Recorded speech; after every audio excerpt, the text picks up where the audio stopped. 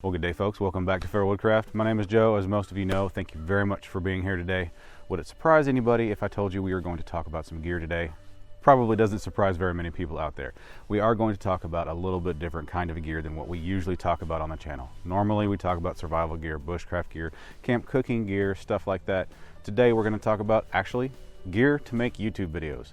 I get asked fairly frequently, I would say probably 2 to 3 times a month, you know, Joe, what kind of camera gear do you use? Or Joe, I'm wanting to start a YouTube channel, or I just started a YouTube channel and I don't know what gear I need to get. I don't know what I'm doing. I don't know where to start. Where did you start? What gear do you use? Etc. etc. So today I'm going to answer those questions. I don't mind answering your guys' questions on Facebook or private message here, but it might be easier to have a show and tell video to reference. With that being said, I do want to hit this from a couple different angles today. If you take anything away from this video, I want you to take away one thing. I'm going to leave links down in the description box of folks that you need to listen to a long time before you listen to me. This video is going to be me sharing my journey, my mindset behind how I approach YouTube and videos and the equipment that I have used and I currently use, stuff like that. But I am by no stretch of the imagination. I do not claim to be an expert by any sense at all, period. Not an expert, no way, no how. So that said, those links are from guys that I respect, the guys that know what gear is best for what situation, guys that know how to best approach YouTube from both a beginner standpoint or, you know, you're a few thousand subscribers in. Okay, so I hope you get the point. Don't listen to me, go listen to them. This is going to be a summation of my journey, like I said. Moving on from there, the number one thing that I would suggest to a beginner, someone who's just now starting YouTube or thinking about it, is have a clear picture in your head of what you want your channel to be.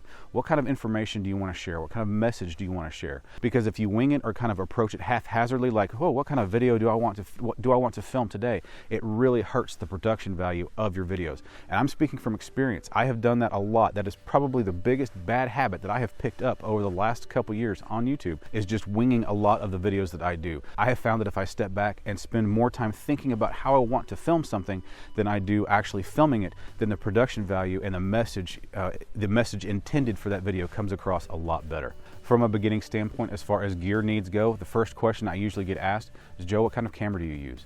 What kind of camera do you recommend I start out with YouTube? Well, again, I'm going to reference the links down in the description box. There's a lot of guys like Think Media TV, video creators, vidIQ, a lot of places like that that can speak better towards that because they have a lot better picture of what is on the market today, where the sales are and stuff like that. But what I personally recommend is what I know a lot of my friends do, is they use their cell phone. A really good friend of mine named Mike, he runs Blue Mountain Bushcraft and Outdoors. He runs most of his channel off of an iPhone 6 and an iPhone 7. And the film quality off his iPhone totally blows away my Canon HFR 700. It's just cell phones are really good at filming nowadays.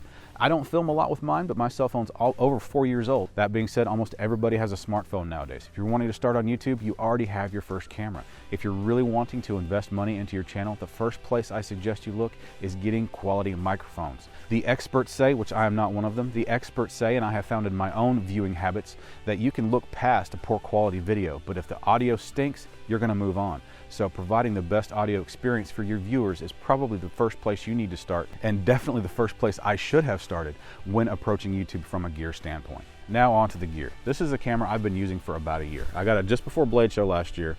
This is a Canon HFR 700. Now, to be quite frank with you guys, I don't really recommend this camera. It is a pain to use, and just the short of it is, it tries really hard to be a DSLR, and it can get some amazing quality with it, but the settings to change it on the fly and stuff like that, they're really clunky, and so it's just not that convenient to use. A regular DSLR is a lot easier to use, change the settings on the fly as the lighting changes, etc., etc. But if you're looking for a quality but budget camera, I would suggest going with like a JVC Avero or an earlier model of this Canon HFR 700. The HFR 600 Chris Tanner uses, and a couple other guys I know use it, and they get really good quality, and it's easy for them to adjust and stuff like that and do what they need to do. The problems I have with this one, I have not seen manifested in many other channels out there. And for the curious out there, the main problems that I've had with this camera has been the white balance and color density. It's just, like I said, it tries to take in too much information, tries too hard to be DSLR, and can't quite pull it off very well. On to the next thing, this glaring thing right here, this handle or whatnot, whatever you want to call the platform for this camera that I've been using. It's called a Z-bar. It does have a cold shoe up here here, so you can add things on top of it, like you can see a microphone and stuff. We'll get to that in a second. You can also have a detachable mount on the bottom for your tripod, so it does work really well. It's very nice. It allows you to carry it in a lot of different positions, and because of the way you can carry it up here and on the side down here, just it allows you to film a smoother shot if you don't have it mounted on a tripod. This Z-bar was in the neighborhood of about $20, $25, something like that. All this stuff will be linked down in the description. The next glaring thing here is this Rode VideoMic Pro. Now, clarification time. This Rode VideoMic Pro I did not pay full price for. I bought it used off of a website, Edorama. I can't pronounce it. The link will be in the description. I got this for right at $100 used on that website. So most of the gear that I have, I either bought off eBay used or bought off this other website used. So I did not pay full price for it. This Rode VideoMic Pro, it is my number 2 microphone, my number 2 go-to microphone. What I use it for, it basically provides 2 things. Number 1, a backup soundtrack, just in case my lapel mic screws up somehow, or it provides ambient sound. So if I'm doing a demonstration or something like that, if I just use my lapel mic, you would basically just hear my clothes rustling and me grunting or doing whatever, and you wouldn't really get the ambient sound experience that you get off of this Rode VideoMic Pro. This next thing right here that you see with all the plugs on the front and the knobs on the back is a Saramonic AX100. What it does is it splits the channels coming out of this Rode VideoMic Pro and allows me to record 2 different volumes. It lets me record a full blast on the left or the right channel, and on the opposite channel, I can manually adjust the volume. That way I can create what's called a safety track. So if a train goes by or if a plane goes over and totally blows out the microphone and creates a lot of feedback or whatnot, I can switch over to the channel that was recorded at a lower level and provide good quality audio. Full price on this AX100 is about $50. I paid $35 at that website I referenced earlier. And now for my main piece of audio gear, which is actually split into 2 different pieces, but they do work as a team. My main piece is this microphone right here. It's a Mic J, link will be in the description. Price on that was about $25. If you watch the reviews online, it is very comparable to a Sennheiser lapel mic that goes for over $100. It works extremely well in my opinion, but you guys can be the judge of that. And the guts and the glory of that microphone is this Tascam DR05. You can get the version 1 of this for about $70 new or about $45 to $50 used on eBay. This is an MP3 recorder. It just records the sound coming out of this lapel microphone. As you can see, it does have 2 mics up here, so you can use it without a microphone. And then when it comes to actually editing the video, I mix the 2 together, which is a really simple job. Whether you have a fancy editing software program or a cheaper or a free version, you simply just line up the peaks. You clap when you get started, and you line up the peaks of the sound recorded on board on your camera and the sound recorded on the MP3 recorder. It's very simple. One quick thing about this Tascam DR05 that I want to point out really quick here is I don't want to do a full review on this, but I want to point it out really quick. There are 2 available on the market. There's a version 1 and a version 2. Version 2 runs just over $100, depending on where you get it. It's right around $100. It looks exactly like this. And version 1 is, like I said, new, around $70, and you can find them used for a good bit cheaper than that. The only difference between version 1 and version 2 is the firmware version, which I found out that if you go to Tascam's website, you can download for free the version 2 firmware update and apply it to your number 1, and you have the exact same thing that you would purchase called a version 2. So don't buy the version 2, buy the version 1.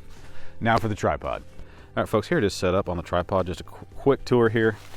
This is just my white balance card, which is necessary with this camera here. It is just a sheet that you hold in front of the camera and manually set the white balance. And it is probably the best $7 I've spent on any of this gear. The only thing of note here, as you can see, this camera is plugged in.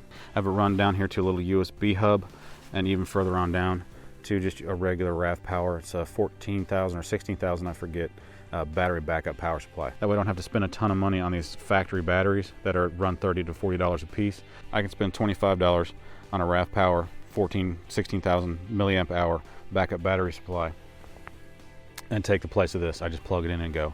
All right, guys, we have gone over the what gear do I use, but if I was to break down at this point the why I use the gear that I use and go into more detail about the gear specifically and what all it can and cannot do, this video would turn out to be twice as long as it is right now. So keep an eye out in a couple days, and I will post another video as a follow-up to this to break down exactly why I use the gear that I use as compared to what gear I have used in the past. And that is that. Like I said earlier, the main message that I wanted to convey today is access those resources I've linked in the description below. There is a ton of information to be had in those links. They can answer any of your questions far better than I can. I just want you guys to be pointed in their direction. That is where I'm learning from, and hopefully you guys can learn from them as well. All the gear shown in this video is just a very brief overview of it. If you have any questions about it specifically, please feel free to hit me up with questions, whether in the comment section, on my Facebook page, or even with private message. I'll do my best to answer your questions there. Like I said, this is just the gear that I use and how I've been using it, and kind of my mental headspace behind how I approach YouTube nowadays. Anyway, as usual, I have talked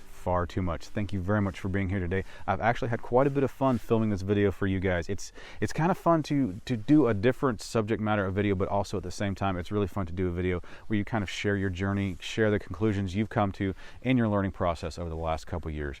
Anyway, folks, I sincerely hope you found this helpful. If you would do me a favor, give me a thumbs up if it did help you out some. And if you're not a subscriber yet, I encourage you to become so by hitting that red subscribe button down below. And as always, gang, like I said, if you have any questions about anything I've said today, any of the gear I've shown today, be sure to hit that comment section up. Ask me those questions. I will do my very best to answer them there. And if you prefer to hit me up on Facebook, that's feel free, hit me up there, or private message, that is fine as well.